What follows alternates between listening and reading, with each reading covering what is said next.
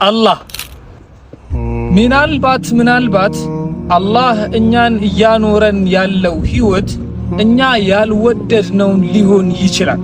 ግን አላህ እኛ ምንም አንውደደው እንጂ በእርግጠኝነት የሚያኖረን ህይወት ለኛ ኸይር ያለውና የተሻለውን ህይወት ነው። ለዚህ ነው ቁርአን ላይ ወዓሳ አን ተክረሁ ሸይአን ወሁወ ኸይሩን ለኩም፣ እናንተ የጠላችሁትና ያልተመቻችሁ ነገር ለናንተ ኸይር ያለው ነገር ይሆናል። ወዓሳ አን ቱሂቡ ሸይአን ወሁወ ሸሩን ለኩም፣ እናንተ የወደዳችሁለትና የተንገበገባችሁለት ህይወት ደግሞ ለናንተ ሸር ያለው ይሆናል ይላል አላህ ሱብሓነሁ ወተዓላ። ወላሁ ያዕለሙ ወአንቱም ላ ተዕለሙን።